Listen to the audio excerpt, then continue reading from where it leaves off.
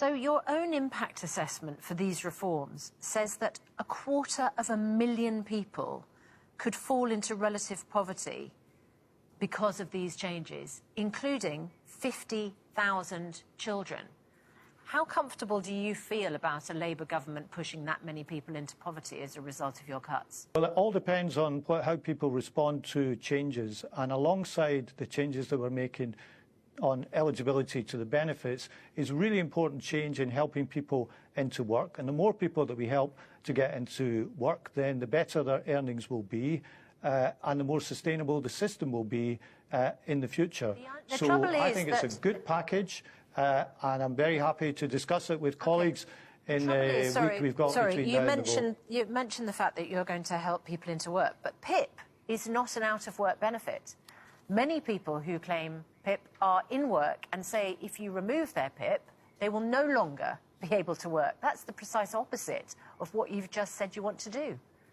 Look, 9 out of 10 people who are currently on PIP will still be getting it in the future. A lot of the people who don't get it are out of work. Some are, as you say.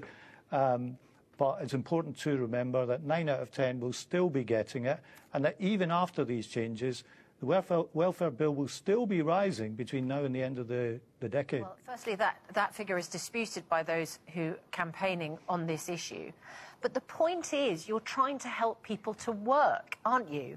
And if people say if you remove this personal independence payment, they will no longer be able to work, you haven't addressed the problem. We've got an extra 1,000 people a day going on to PIP. That's a city the size of Leicester every year. Do you think that those claims are illegitimate?